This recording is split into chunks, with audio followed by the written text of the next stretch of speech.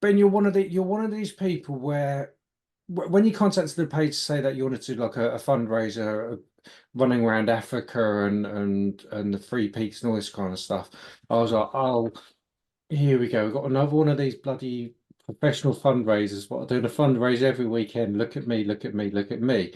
And Yeah. then I started, and then started, obviously we started chatting. I started looking at your page, your Instagram page, which I'll do all the taggy stuff anyway. I've already, the man's junk yard, isn't it? That's it. Yeah, yeah, yeah. It's just called junk, but obviously the tag has been taken, so it's called the man's junkyard. Yeah. Oh, right, okay. So yeah, so I was just like, do you know what? This isn't one of those. This isn't one of those people. No. This isn't a look at me, look at me, look at me. This is there's a story going on behind this bloke here. So I thought, do you know what? Let's just pull you into the video because yeah, I've said this so many times, it gets a bit boring for me personally. But it's just yeah, we can't function without money. We Hmm. really can't to do good and save the world and all this kind of stuff. Anyone who thinks running a charity for you can run a charity for free has no idea what they're talking about. But our focus is more the awareness and why they're doing it. Have I made sense? 100%. Yeah. So yeah, Yeah. just thought I'd pull you into video mode because I don't know, just looking at your profile and there's something what I don't want to play the video on it Yeah. so that the audio will come through, but you always put that thing on the end of your post just for you, man. Yes. Always. So, I think. so Yeah. There's tell us about yourself. Sorry, mate. I've yeah. So there's a huge, long kind of very different number of avenues that have gone to where I've got to today. So it maybe I might go off, but I'll try and keep it on point. So I started junk around about 18 months, 2 years ago. Yeah, I started with the idea about 2 years ago, 18 months. I started to kind of do some work around it. So I'm actually an HR consultant. I've worked in HR for 20, 25 years. So within that time, I've spent quite a lot just talking just to people. And whenever there's a problem at work, they always go and have a chat with HR. But around about 4 years ago, I went independent, which is probably the best thing I ever did. And what I started to do is I started to get to a point in my life where I wanted to create a purpose. I wanted to create something that by sorry. the time I got to a certain age in my life, that I did this, I did that, I helped a number of people, and it was more from a selfless activity because I've done a lot of things in my life that has got me to a bit of success in life, if you like. So I wanted to kind of do a bit more around kind of a selfless act, if you like. So with that in mind, I've also got four boys as well. I've got four children, four boys. My eldest one is 22, my youngest one is 7. And Hold what up. I started, What? Your oldest one is 22. yeah, I want to know yes. your daycare routine, man. You either Yeah, it's a started bit. young or you don't look as don't look I, as wow, bloody hell. Okay. yeah, I did start fairly young. But so my eldest one is 22, 18, 10, and 7. And all boys. And one thing that I started to recognize through my HR, but also with my children as well, was a bit of an understanding and a bit of recognition as to the world that they're growing up in is very different to the world that me and you grew up in. And I know that listening to all your videos, this has been mentioned time and time again around social media. But I also think that there is a certain level of pressure that that kids have, young children, teenagers, but also, my 22-year-old as well. And one thing that I wanted to kind of instill with them is around responsibility, because I think where a lot of the culture is going today is around a lot around a blame culture. Yeah. And it's easy just to kind of point the finger. That the reason why I'm feeling like I'm feeling is because of X, is because of Y, is because of that person. And the guy that you interviewed, Fun Dad Dean, and he was Oh yeah, talking yeah, about, yeah. yeah, and he was talking about, he made a very good point about anxiety and about waking up with anxiety and owning and being okay with it. And that's about the responsibility that I'm trying to instill into my children. I have done as a father. You know, you teach them to take responsibility for their actions, but there is an element of the fact that we are all going to feel anxious. We are all going to feel stressed at certain times. We're all going to feel depressed. But there are times where I want my children to experience that. So when they do get into a world that we live in, that they're able to manage it, that they're able to deal with it, that when they do wake up with that anxiety, that they are going to take responsibility for how they are feeling, instead of kind of going, I don't want to do that because that's how it's making me feel. So as I've gone off on a kind of tangent, that's how I started to go into junk. Now, when I started with junk, it was very much a bit of a kickstart, because I worked with a guy that I kind of got along with. You know, he was never really a friend, and I think he lived too far away to kind of end up being in a friend circle, if you like. But Yeah. you know when you work with people and you just have good banter, you know, you always have a good laugh with them, and if you have some social outings with them, you always kind of link up with that person. So I left that business. About 6 months later, I'd heard through the grapevine that he committed suicide, and it really hit me. And as much as, you know, he wasn't a friend, I didn't keep in contact with him. I knew him and I was very close to him, and I can't go into too much detail around it, because one, it's not fair on the family, because I still know the family as such, but Mhm. also I know if I start talking about it, it will choke me up as well. So I I started to kind of think about, like, why has this happened, and it was just to deal with lots of things around financial pressure, work pressure. And I know that he wasn't particularly getting on well at work, but there was all of these outside pressures, and I started to kind of look into junk and started to think about, well, clearly there's an issue about men being able to talk. So it all started kind of at this very, very top level about, you know, well, men should talk kind of thing. And over the period of the last 2 years, 18 months, I've spent a lot of time with counselors, with therapists, just kind of generally, just not, it's not paid work. It's just, I need to understand a little bit more around this so I can educate myself. And I think that the narrative around things like men need to talk, I think we've kind of got that a little bit wrong, in my opinion, because I think it's right when we talk about men need to talk in certain cases. But there was another guy that you interviewed, Sam. He was a power lifter, and he made a Oh, very good okay. point. Yeah, yeah, yeah. Yeah. He made a very good point around the fact that when he works with guys, if he knows or he senses that, you know, something's not quite right with them, what he does is he makes himself vulnerable, so it opens up a channel of conversation so they feel comfortable in order to talk about any kind of demons or any issues that are going on kind of in their world. And I've used that technique kind of quite a few times, and I think the narrative shouldn't be necessarily men need to talk. It should be have the opportunity to talk. So I use that with, you know, with my mates as well, is that be there to know that that person can talk to you, not the fact that you have to talk or you need to talk. Because Yep. if you look at our DNA, if you look at the way that we are, you know, deep down we're just cavemen, and trying to change our processes. I know what I'm like, particularly with my wife. I know what I'm like when, you know, it's just shit. I go quiet. I'm trying to manage it. I'm trying to process things. I'm just dealing with it. And it's okay. It's okay to deal with those things. It's okay to go quiet to deal with those things. The trigger point is when you start to kind of go a little bit deeper than that, and you start to think about things like suicide. They're the moments when, you know, it's the moment to talk, or the moment to change the way that you're dealing with stuff. Well, yeah. Even with that, statistics are clearly showing. Yeah, again, I don't want to trigger you. I know you've lived with it because of your friend, Yeah. so I can't whitewash it as well. So it's obviously that thing, but after hearing hundreds of stories and speaking to so many wives, daughters, I've got letters here. I keep saying that over and over and over again. Statistics prove as well that 91% of blokes did speak.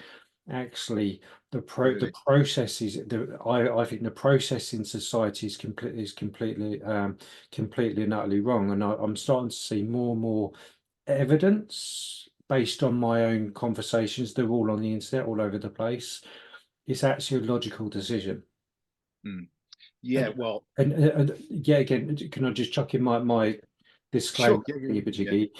At that moment in time, it's a logical decision. Like that, their life's just crap. They can't fix it. They see no way out. And the easy solution, actually, it's not an easy solution. The logical decision in their head is like, I'm done. That's it. yeah. And I think we just need to I think we just need to relate to these people more and say, Absolutely. actually, And do you know what? I Yeah, I know life's shit, but what are we going to do, or what are you going to do to get out of it? yeah, probably this is probably me opening up a little bit. About I want to say it was over a year ago, and it was weirdly it was while I was dealing with junk and so on and so on, and I was having I don't know what was going on in my world, and I couldn't really put my finger on it, if you like. There was nothing. I think there was an accumulation of stuff, just a lot of pressure that was going on. I was setting up another business. I still had my current business. I was trying to sell another business, that sort of thing. So there was just lots of shit just going on, and I think at the time, because the similar pressure was with my wife, so obviously there was a bit of relationship pressure at the same time. Nothing in particular, but there was just lots of things that were going on.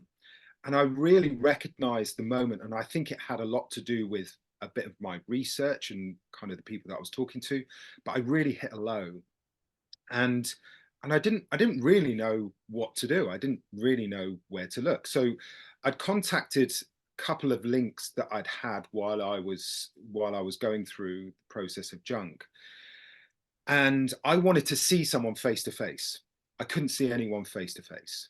And I felt more comfortable to see someone face to face than actually to even contact anyone by telephone. Couldn't get hold of anyone. The waiting list to see some counselor or therapist was miles away. So I contacted 111, and they asked, I think the pre-recorded, was it to do with physical health, was it to do with mental health, and then you go through to another section. Got through to the mental health process. um, i I started to talk to this guy that was end of the phone, very nice guy, and started to talk about kind of how I'm feeling.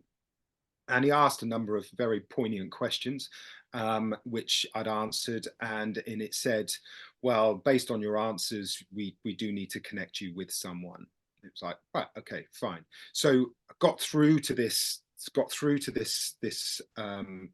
clinic, or kind of, counseling therapist company. And anyway, I went through the whole process. Now, bearing in mind, our attention span as a man is very, very short anyway. Hmm. And I got through. They took all my details, took where I lived, booked me an appointment. Fantastic, great.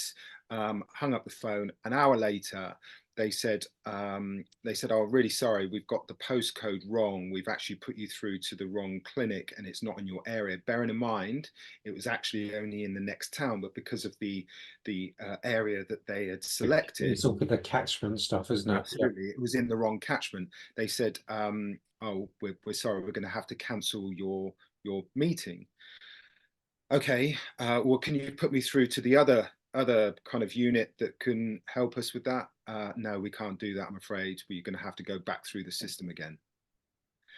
And you're like, geez, man. Like, Exactly. Yeah. and I'm then at the point where I kind of go, right, okay, well, now you've done your thing. I'm now sitting there.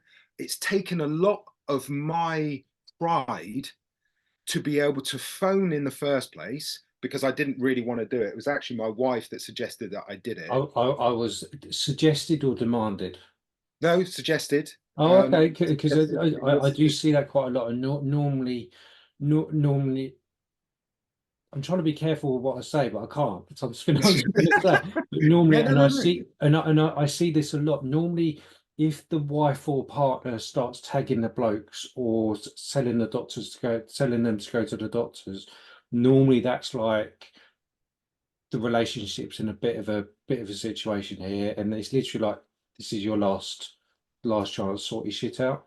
Oh no, my wife was really good about it. She was really good, That's and refreshing. Yeah. yeah, and she's very, she gets it. She understands, but she'd never.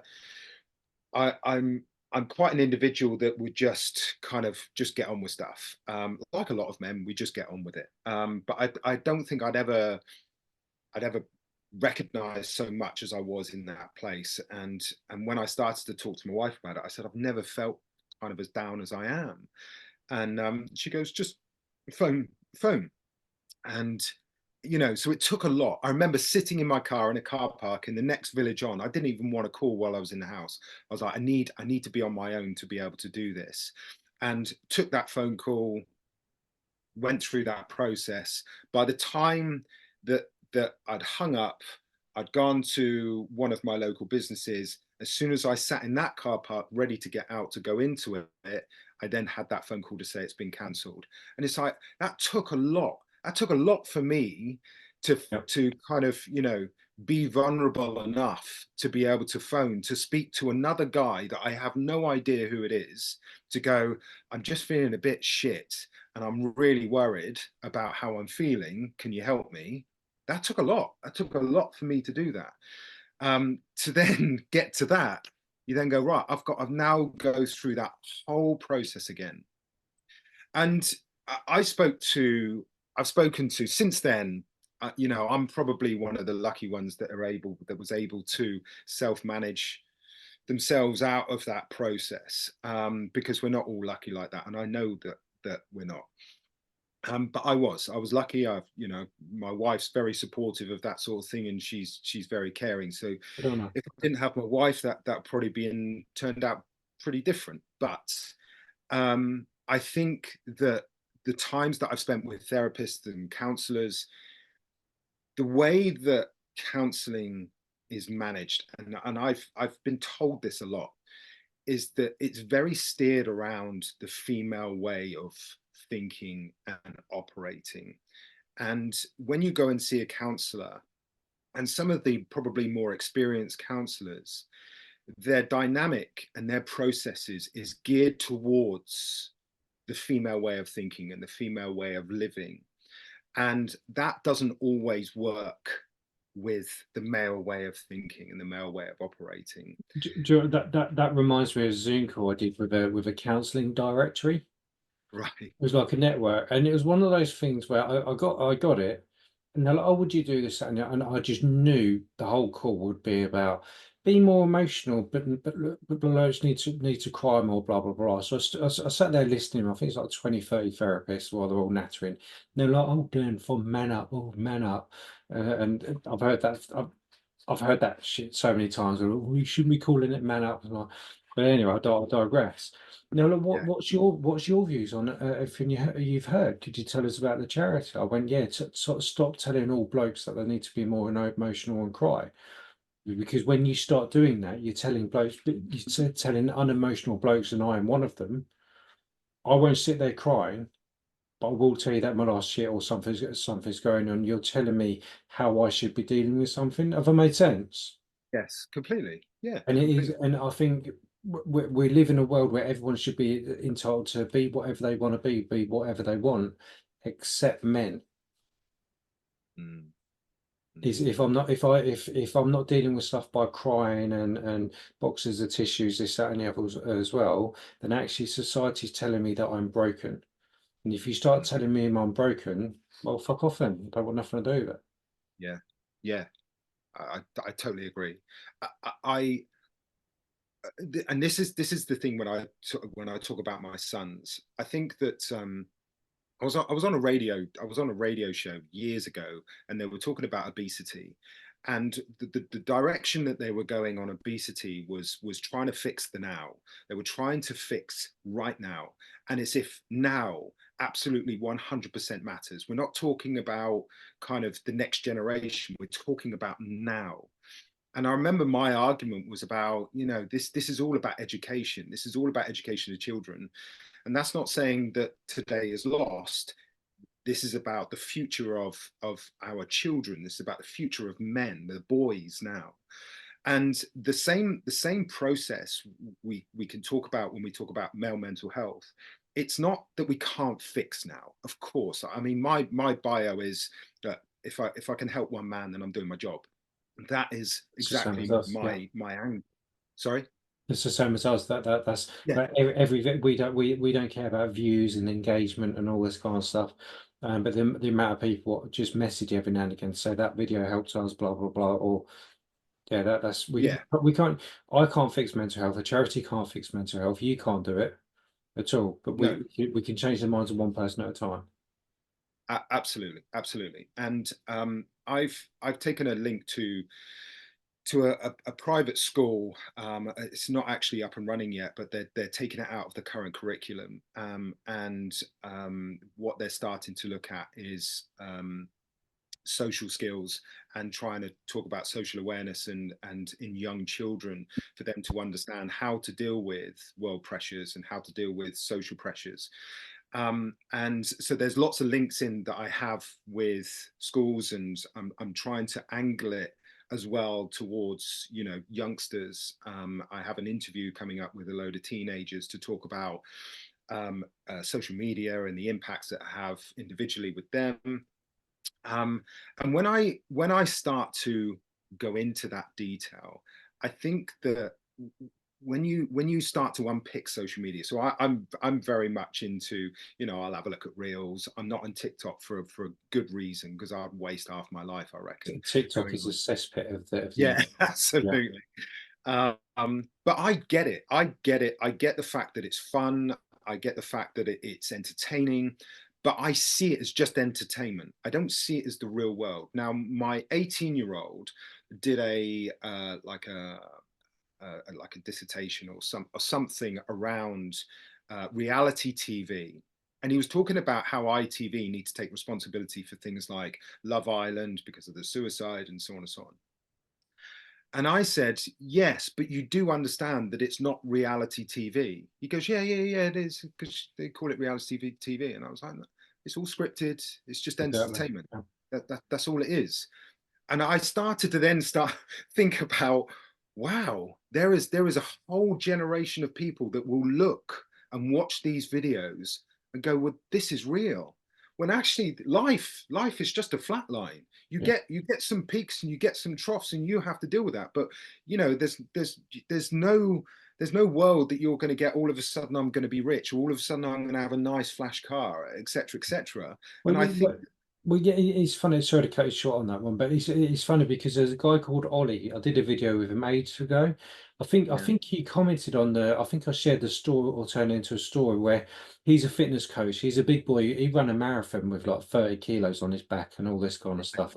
And yeah, he's like a power lifter. He's not built for that.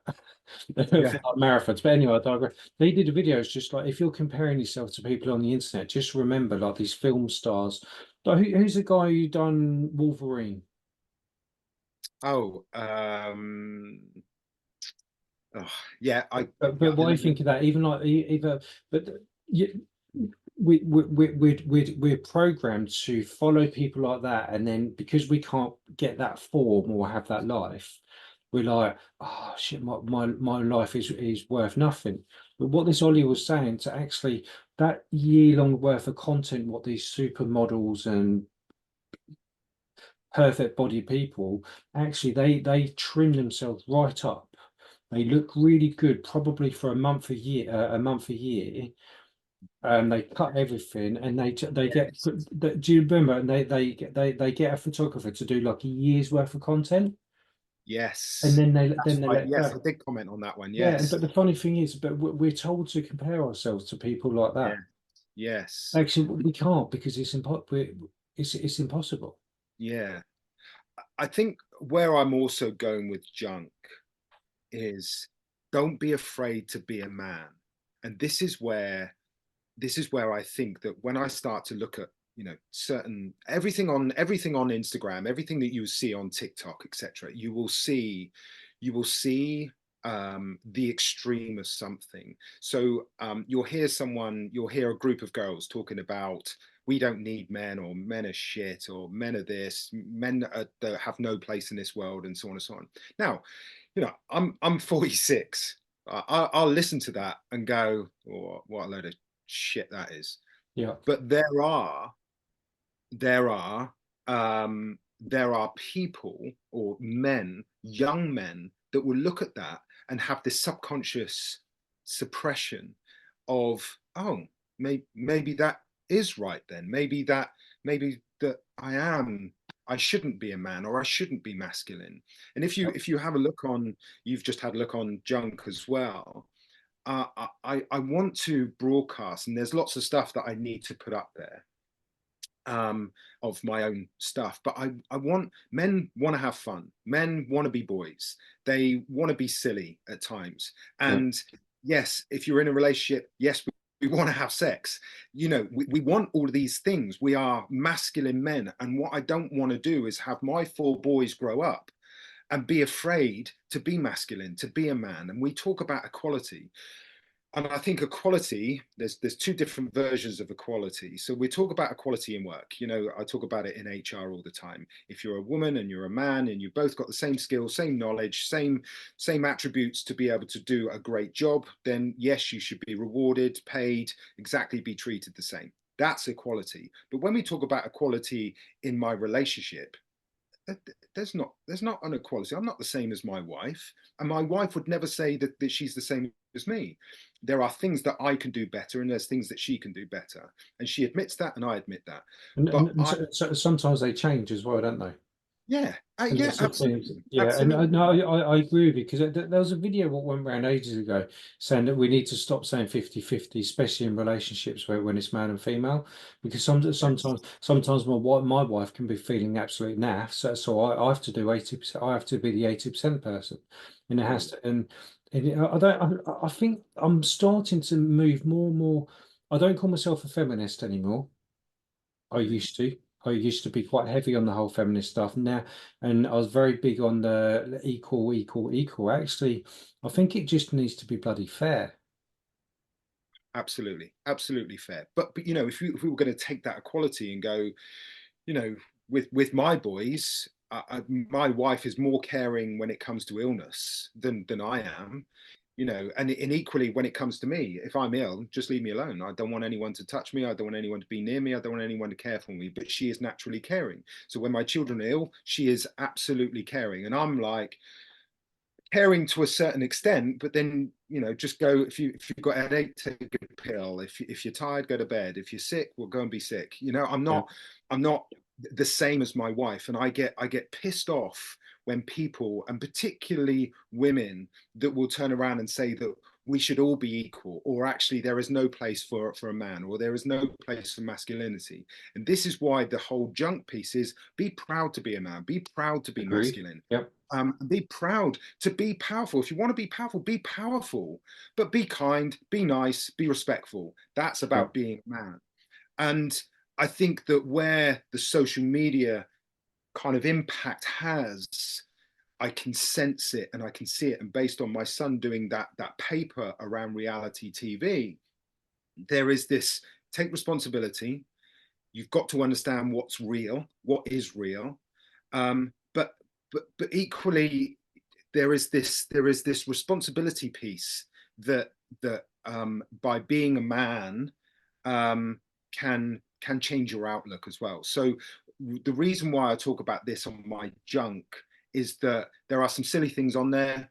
There's some fun things on there about just what we do as men. So my last one was the boobs thing that came up. It's Oh just a yeah, bit, yeah, yeah. I think I saw that yesterday or something. Yeah, yeah, it's just a bit of fun, and that's what just men do. But don't be afraid to do that. Don't be afraid. Don't be shy to do that sort of thing, because that's just what men do. But I think that there is this society of women, unfortunately, and this is not against women. I just mean kind of women as such in a certain group that will dictate how men should be.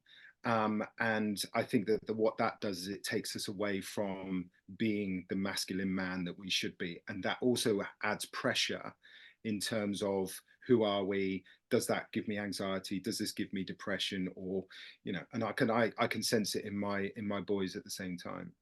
Yeah, I agree with everything. I agree with everything what you say.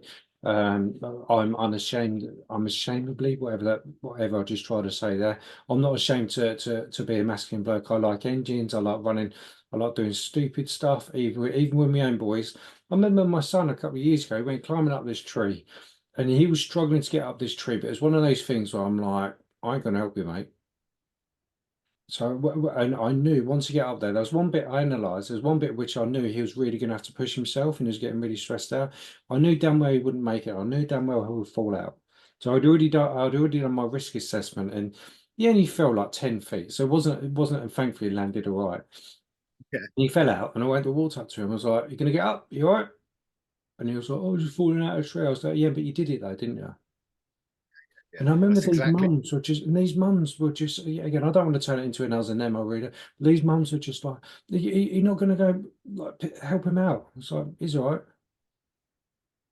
And I was literally like that. That was, do you get what I mean? It's just like, he's not dead, doesn't need a Yeah, hospital. yeah, It's exactly. just, Yeah, but it's not about the fall. I knew he would fall out of the tree. It's just that he wanted to make that jump from this branch to that branch. And he wanted to do it. yeah, And that's I live in exactly this, it. and I just live in this. I think we're just moving into a society where we're stopping people from taking that little bit of a jump. So what? So what if he had a grazed knee?